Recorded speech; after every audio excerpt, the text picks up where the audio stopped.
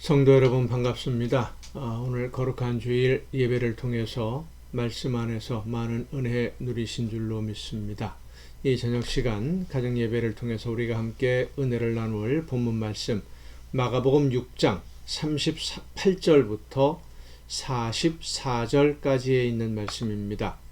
마가복음 6장 38절부터 44절까지에 있는 말씀 봉독합니다.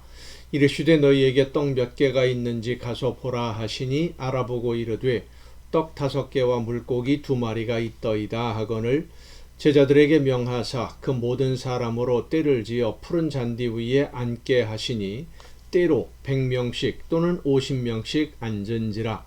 예수께서 떡 5개와 물고기 2마리를 가지사 하늘을 우러러 축사하시고 떡을 떼어 제자들에게 주어 사람들에게 나누어 주게 하시고 또 물고기 2마리도 모든 사람에게 나누심에 다 배불리 먹고 남은 떡 조각과 물고기를 12바구니에 차게 거두었으며 떡을 먹은 남자는 5,000명이었더라.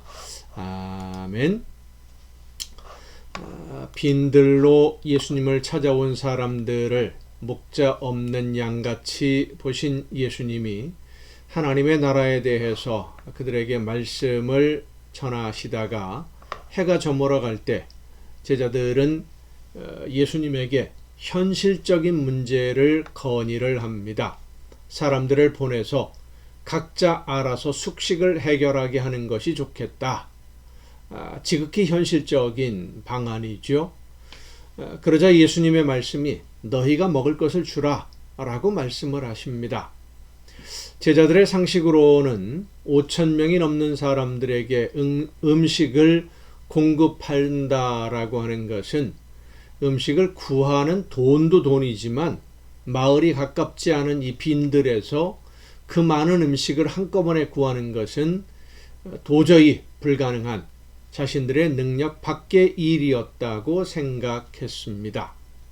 그런데 예수님은 그냥 한번 해본 말이 아니라 정말로 제자들에게 그들이 먹을 수 있는 음식을 주라고 하신 것이었습니다. 제자들은 예수님의 말씀을 듣고 우리가 어떻게 이 문제를 해결할 수 있을까 방법을 생각했고 자기들의 능력이나 현실적인 조건이 이 많은 사람들에게 음식을 제공할 수 있는 상황이 아니라고 스스로 판단을 한 것입니다.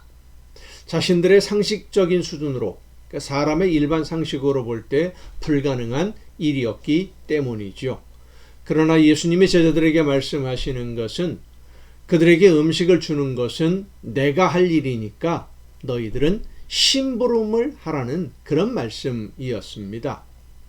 제자들이 해야 할 일은 예수님이 하라는 대로 순종하는 것뿐입니다. 그런데 제자들은 자신들이 직접 무엇인가를 해야 한다고 생각을 했어요. 문제를 스스로 해결해야 된다. 내가 무엇인가를 해야 된다라고 생각을 하니까 자신들의 능력을 기준으로 생각해 볼 수밖에 없겠지요. 그리고 자신들의 능력으로는 도저히 해낼 수 없는 문제라고 판단했던 것입니다. 그런데 여러분, 예수님은 제자들에게 문제를 해결하라고 하지 않으십니다. 문제 해결은 예수님이 하실 일이고 제자들은 예수님이 말씀하시는 대로 심부름만 하면 되는 것이었습니다. 그래서 예수님이 더 이상 제자들에게 어떤 방법이라든지 과정 이런 것들 설명하지 않으시고 설득하지도 않으셔요. 그리고 심부름을 시키기 시작합니다. 지금 떡이 얼마나 있는지, 음식이 얼마나 있는지 알아봐라. 떡이 5개가 있고 물고기 2마리가 있다 라는 보고를 하자마자 제자들에게 또 지시를 합니다. 사람들을 무리를 지어서 앉게 해라. 그리고는 떡을 떼어서 제자들에게 나누어 주시면서 사람들에게 나누어 주라고 시키십니다. 심부름을 시키는 거죠. 물고기 2마리도 모든 사람들에게 나누어 주라고 심부름을 시켰어요. 제자들이 할 일은 예수님이 하라는 대로 심부름을 하면 되는 것뿐이었습니다. 어떻게 해서 물고기 2마리와 떡 5개를 가지고 남자가 5,000명이 되는 사람들이 먹고 남게 되었는지 그 방법 우리는 알지 못하지요. 어떤 과정으로 그렇게 만들어졌는지, 그리고 직접 예수님에게서 떡을 받아서 나누어 주던 제자들도 그 방법 알지 못합니다. 어떻게 해서 그 많은 사람들이 먹었는지 알지 못하니까 설명하지 못하고 기록을 못한 거예요. 단지 그런 일이 있었다라는 것뿐이지요. 하지만 예수님은 일하셨고 제자들은 심부름을 했는데 떡 5개와 물고기 2마리로 5,000명이나 되는 사람들이 다 배부르게 먹었습니다. 그리고 남은 조각을 거둔 것이 12바구니에 차게 됩니다. 12바구니는 아마도 제자들의 숫자와 관계가 있으리라고 생각해 볼 수 있습니다. 제자들이 음식을 나누어 주었고 사람들이 먹고 남은 것을 다시 제자들이 거두게 되었는데, 제자 한 사람이 한 바구니를 거두게 되면 12바구니가 되는 것이 아니겠습니까? 그래서 12바구니를 거둔 것이 아닐까.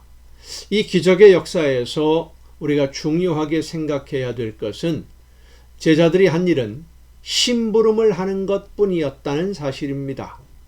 이 제자들은 예수님의 말씀을 듣고 각 마을로 다니면서 병자를 고쳤고 귀신을 쫓아내던 그런 사람들이었습니다. 예수님의 말씀을 듣고 순종함으로 말씀을 전하러 갔을 때 능력이 그들과 함께 했지만 그 능력, 귀신을 쫓아내고 병자를 고치는 능력은 제자들의 능력이 아니었지요. 그 능력이 제자들의 소유가 아니었습니다. 하나님의 말씀에 순종하는 제자들을 통해 하나님이 역사하신 하나님의 능력, 예수님의 말씀을 듣고 순종했기 때문에 나타난 하나님의 능력이었던 겁니다.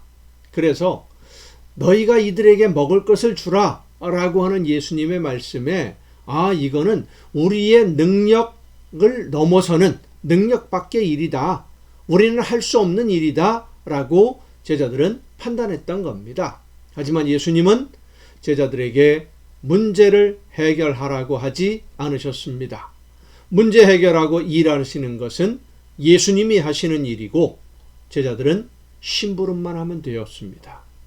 제자들이 각 마을을 다니면서 행한 능력도 그 제자들이 능력을 행한 것이라기보다는 예수님의 말씀에 순종하고 심부름을 한 것이라는 것을 다시 한번 깨우쳐 주시는 것입니다.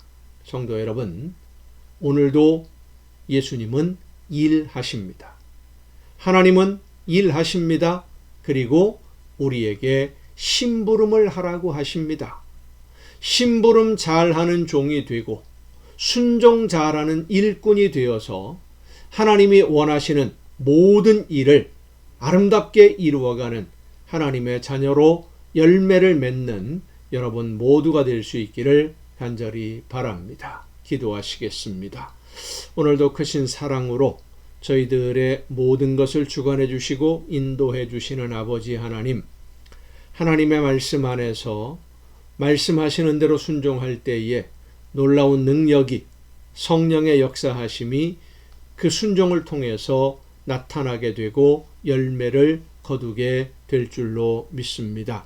말씀하실 때에 내 능력으로 내가 해결해 보려고 생각하고 판단할 것이 아니라 말씀하시는 대로 순종만 함으로써 하나님이 원하시는 모든 일들을 이루어가는 아름다운 일꾼으로, 하나님의 자녀로 열매 맺을 수 있도록 우리의 마음과 뜻과 생각을 주관하여 주시옵소서. 이 모든 말씀을 예수님의 이름으로 기도하옵나이다. 아멘. 여러분, 오늘도 수고 많으셨습니다. 내일 또 정한 이 시간에 가정 예배를 통해서 여러분 모두 함께 다 같이 만날 수 있기를 바랍니다. 내일 뵙겠습니다.